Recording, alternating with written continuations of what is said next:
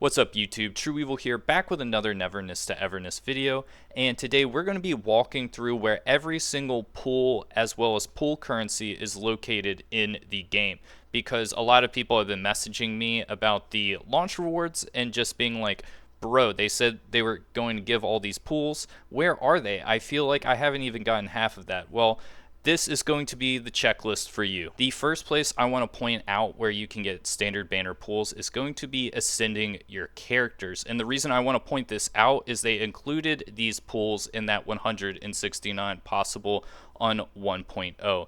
And because there's 15 characters on launch, this accounts for 30 pools.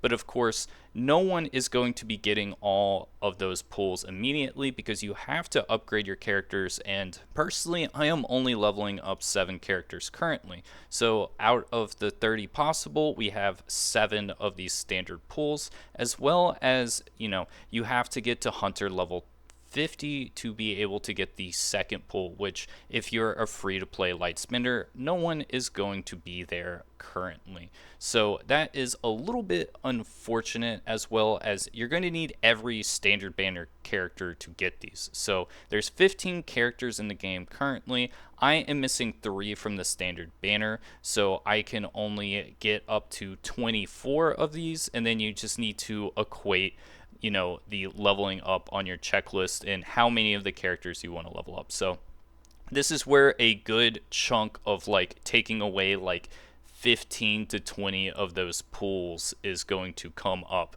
because no one has the resources to level that up at 1.0. So I think that was kind of a troll that they included pools from here in that 169. The next place I want to point out where you can get standard pools is from map exploration, and there are 5 areas in the game total, and you can get 13 pools, where most of the areas you can get 3 pools from, with one of the areas with the top prize being a glider skin. Personally, I don't care about the glider skin, so I haven't made that the priority. So, doing map exploration is going to net you 13 of those standard pools. And the biggest thing I would say while you're doing this exploration is going to be the Oracle Stones. The Oracle Stones are going to be what you want to prioritize in your map exploration, in my personal opinion, because after a certain level you unlock this Oracle Stone, which is going to show you where everything is, which is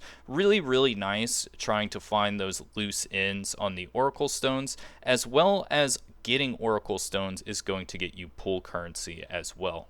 Those Oracle Stones are going to be really important because each level that you progress in collecting them, you're going to get 50 Annulith as well as other resources. So this is a really good way to get 600 Annulith, a lot of Hunter XP, some stamina, fawns, and all that good stuff. So definitely, if you don't like doing map exploration, I would say if you had to pick a thing, always go for the Oracle Stones, because it's going to help you a lot, and it's also going to be nice to have some eye candy with Blackbird right there. The next place where you can get standard pools as well as Annulith is going to be from hunter levels. Every 5 levels you're going to be getting pool currency, which of course the higher levels are going to be netting you more. So level 5 doesn't even give you enough for 1 pool, and then once you get to max levels, it's 4 standard pools, almost enough for 2 limited pools.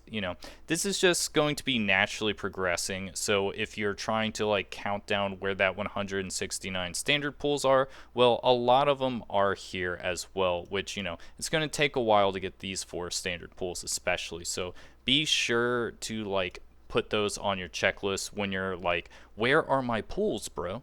For limited pools, we are going to account for 12 of these bad boys from the 14-day login bonus. We also get Aurelia as well in this login gift, and I don't recommend building her unless you have Daffodil, because she scales off of Nova damage, and even though there are a couple stages in the standard tower where they're weak to Psyche, you're going to be doing more damage using cheese on those stages than Aurelia if you don't have daffodils. So just pointing that out there if you are thinking about building her. Also, she is not that great for exploration because she can't climb on walls because she's floating on a jellyfish. Speaking of pulls from leveling up your hunter level, not only do you get pulls from every 5 hunter levels from the main game, there's also this anomaly hunter's journey where you're going to be getting a lot of standard pools as well as 10 limited pools as well as the key pools here. So a lot of the pools that we're going to be getting on launch are equated here, so be sure you're counting these because this is where 35 of those standard pools are, which is a big chunk of the majority. Another event that gives you currency, even though it's not a lot, is this Big Owl Express event. You also get a A-class character with Hanyul, and she is definitely worth leveling up. I think she's personally the best A-class character in the entire game, so you definitely want to be doing this. You also get a ton of fawns, so this is where a tiny bit of pool currency is located. The city guide is also a nice place to get a little bit of currency. It's not that much, but definitely worth trying it all out just to see which events you like to do for your city stamina personally.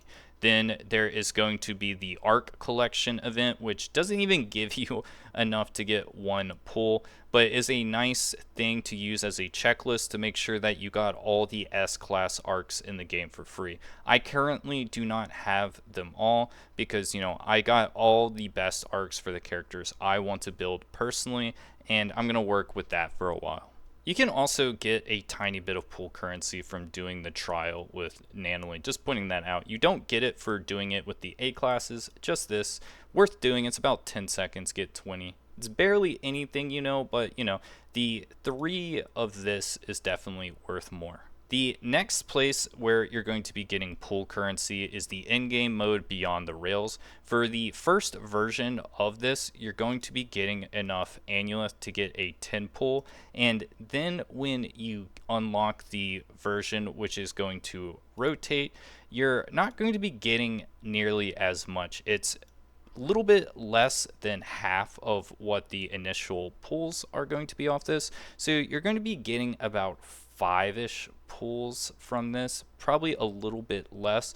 The big thing here though is you get more of these train logs, which you can use to purchase currencies to level your characters up as well as fonts. So it's still definitely worth doing. It's just, I wish it was a little bit more, but beggars can't be choosers. The next area I want to point out where you can get pool currency is going to be your Tycoon level, which every 5 levels you're going to be getting enough currency to get a single limited pool, as well as each additional level is going to net you 20. So 8 of the regular levels is going to get you a pull, as well as every 5th level is going to get you a pull. More importantly on this though is the other materials as well as Cheese and her weapon. So this is definitely still worth progressing through, and you get through Fawns. And Fawns will also be a big place where we're going to be getting pool currency. Most of the mini games have one-time rewards in the fashion of guides are just unlockables, such as the racing and the cafe. And I would say out of all of these, the cafe is the one you're going to want to prioritize, because if you look at this, it's just a little bit of pool currency, but you're going to be getting the things that increase life skills, which is going to build up tremendously, especially on these later levels. They're going to allow you to get life skills upgrade, which in turn are going to get you a lot of passives that just make you more fawns, which is going to net you more pulls quicker because your Tycoon level is going to go up. So definitely recommend this, as well as racing and all those other good things that are going to get you those one-time rewards. Another place that has a ton of pull currency is going to be through achievements, and the most important ones I'm going to point out are going to be the ones from using the fountain every day, like using the fountain 50 times, getting the divination from Blackbird multiple times. Those are going to be the ones that are going to take the longest, so be sure to include the fountain and Blackbird in your dailies. So you're going to get these currencies, and by the time you get these currencies, you most likely are going to stop, well, doing those because you'll be so powerful you don't really need those buffs. Another great place to get pool currency is going to be through bond levels. And what I personally recommend to do is the characters that you want to do date encounters for, get them to level 6 so you can unlock that. Not every character has date encounters, so be sure to check that. And the biggest thing out of this, I wouldn't say is the pool currency, because, one level for 20 currency is just like 1/8 of a pool. What you really want here is going to be the Dreamless Seeds, because this is going to just net you more passive income through the cafe, give you quality of life things like Hathor letting you do a city delivery for free every day. It's just, this is something you want to prioritize. So the characters you want to date, get them to level 6, and then for everyone else, get them to level 5. I don't think you should prioritize the outfits currently, because it's going to take you a ton of bond level up materials to get there, and it's going to take a while unless if you whale. So definitely would recommend getting the level 5 things, because this is going to make your account pop off majorly, much more so than the nice outfit. But I do understand on the outfit because it looks really, really fresh. Another place where you're going to get pool currency from Tycoon level is the Hunter Exchange. Now, here I wouldn't necessarily recommend to get the pool currency immediately. What I would recommend to do is only purchase these if you're planning on pooling, because you're going to want to use your fawns on other things right now. More specifically, the apartments, you want to purchase multiple of them, because this is going to allow you to level up your furniture. For example, I'm saving up right now to get the 2 million apartment, which will allow me to upgrade the beetle coin box. That's why I haven't purchased these yet, because I can't level up the beetle coin box just yet until I get the second apartment.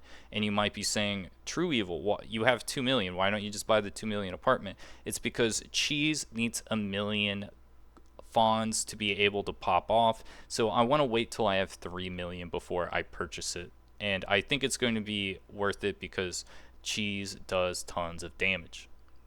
There are also places in here where you can get pools like the Battle Pass, but those are things that you purchase, and I'm not going to talk about like purchasing guides on this, because, well, personally, my stance on this game, and most games I play like this, I get the $5 like daily login bonus, and I get the Battle Pass, and I don't necessarily get more than that, unless if it's like a pay $5 for like 10,000% value type of deals.